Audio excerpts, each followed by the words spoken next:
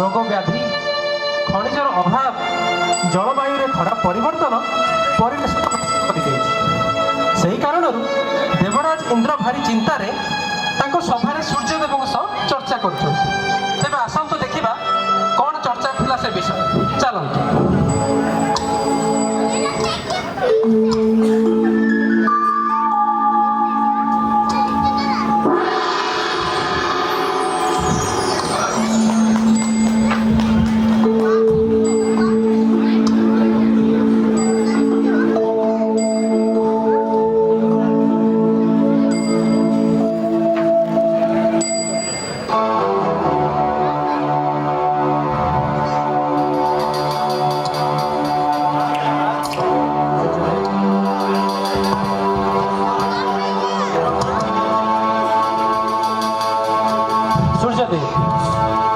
ଆପଣ ତ ସକଳ ଶକ୍ତିର ଆଧାର। କ'ଣ ଆପଣଙ୍କୁ କିଛି ମୋ ଦୁଃଖର ଏବଂ ଚିନ୍ତାର ବିଷୟ କିଛି ଜଣା ନାହିଁ? ଏ ଧରିତ୍ରୀକୁ ଦେଖନ୍ତୁ, କେତେ ବର୍ବରତାର ସହ ଅବସ୍ଥା ହେଲାଣି ତାର। ସେ କଥା ଛାଡ଼ନ୍ତୁ, ଏ ଅନନ୍ତ ମହାକାଶକୁ ଆପଣ ଦେଖିପାରୁଛନ୍ତି ନା? ସବୁକିଛି ନଷ୍ଟ ହେଇଯାଇଛି।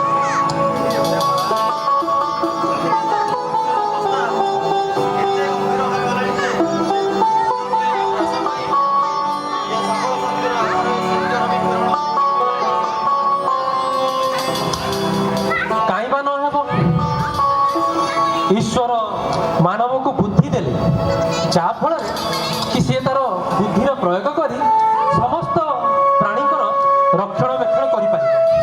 ତା ସହ ପରିବେଶର ସୁରକ୍ଷା, ଯେମିତି ଜଙ୍ଗଲର ସୁରକ୍ଷା, ଅନ୍ୟ ପ୍ରାଣୀଙ୍କ ସୁରକ୍ଷା, ଖଣି ଉତ୍ତୋଳନରେ ନିୟନ୍ତ୍ରଣ କରି ସବୁ ମାନବ ସମାଜରେ ଅଗ୍ରଗତି କରିପାରିବ।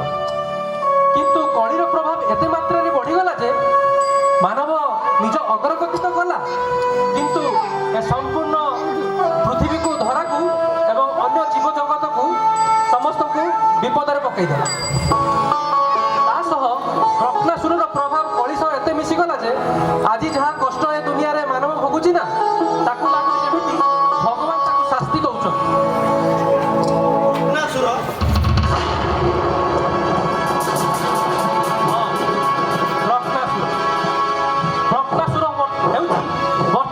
ଦୈତ୍ୟ ସାମ୍ରାଜ୍ୟର ନୂଆ ରକ୍ତ ପ୍ରକୃତିର ହାନ ହିଁ ତାର ମୂଳ ଶକ୍ତି ଏବଂ ତା ସହ ସେ ମାନବମାନଙ୍କ ମଧ୍ୟରେ ଲୁଚି ରହି ନିଜ ଶକ୍ତିର ପ୍ରୟୋଗ କରି ଏବଂ ନିଜ ଶକ୍ତିକୁ ବଢ଼ାଇ ଦୁନିଆକୁ ଧ୍ୱଂସ କରି ଚାଲିଛି।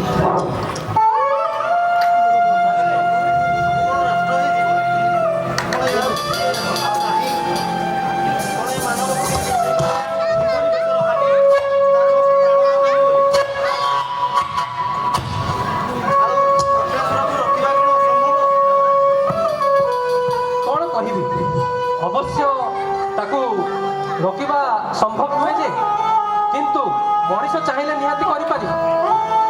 ଆଜି ଯାହା ହେବାକୁ ଯାଉଛି ନା, ହୁଏତ ତାହା ବ୍ରହ୍ମାସୁରର ଅନ୍ତର ଏକ ଆଭାସ ହେଇପାରେ। ଇତିହାସକାର କୋଉ ଏକ ବୀରକୁ ସହ୍ୟ କରୁଥାଇପାରେ ଏ ବ୍ରହ୍ମାସୁର ଏବଂ ଏ ମାନବକୁ ସଦ୍ବୁଦ୍ଧି ଦେବା ପାଇଁ।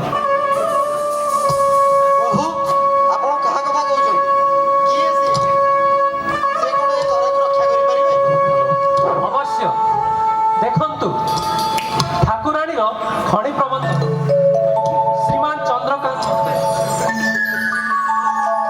ଦେବତା ମାନଙ୍କର ପ୍ରିୟ ସ୍ଥାନ ଏବଂ ଧରିତ୍ରୀଙ୍କର ହୃଦୟ ଥିବା ସେ ଚନ୍ଦ୍ରକାନ୍ତ, ସେ ଜଣେ ଉତ୍ତମ ମାନବ।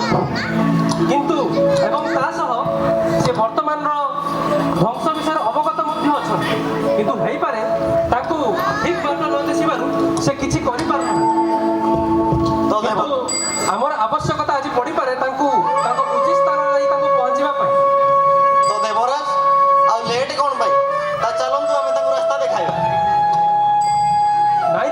ନାଇଁ ସୂର୍ଯ୍ୟଦେବ, ବର୍ତ୍ତମାନ ସେ ସମୟ ଯାଏ ଆସିନାହିଁ। ପ୍ରଭୁ ନାରାୟଣଙ୍କ ଆଦେଶ ଅଛି, ଯେତେ ପର୍ଯ୍ୟନ୍ତ ସମୟ ଆସିନାହିଁ ଆମେ କେବଳ ଜଣେ ପ୍ରତୀକ୍ଷା କରିପାରିବା ଏବଂ ଜଣେ ଦ୍ରଷ୍ଟାହାରୀ ହେଇ ସବୁ କିଛି ଦେଖିପାରିବା, ଯାହା ସେଇ ପ୍ରଭୁଙ୍କ ଇଚ୍ଛା। ଏହା ପ୍ରଭୁ ନାରାୟଣଙ୍କ ଇଚ୍ଛା। ଚାଲନ୍ତୁ।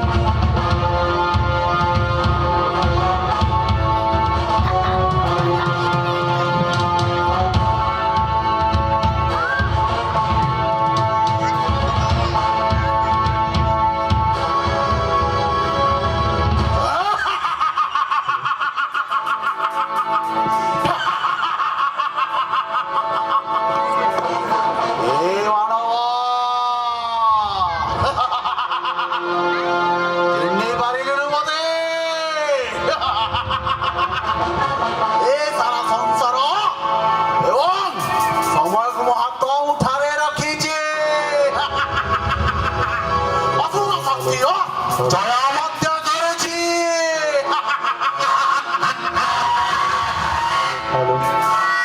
এই মানব ততে ମୁଁ ଲୋଭରେ ବଶବର୍ତ୍ତୀ କରାଇ ତୋର ଆବଶ୍ୟକତା ବଢେଇ ଦେଇଛି, ଯାହା ଫଳରେ ମାନବ ଲୋଭରେ ବଶବର୍ତ୍ତୀ ହୋଇ ପ୍ରକୃତିର ହାନି ମଧ୍ୟ ଘଟାଉଛି।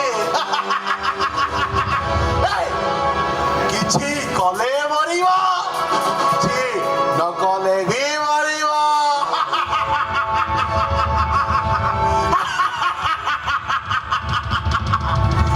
ମାନବ ଚିହ୍ନି ପାରିଲୁଣି?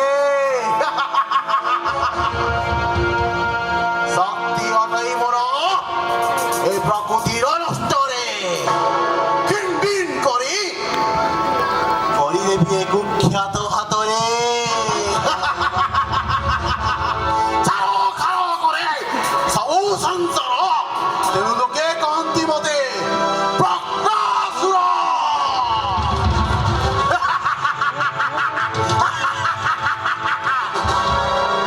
ଆରେ, ମୁଁ ତ ଆଜି କୌଣସି ବି ମାଇ ସାଇ ନାହିଁ, ମତେ ଆଜି ଯିବାକୁ ପଡ଼ିବ।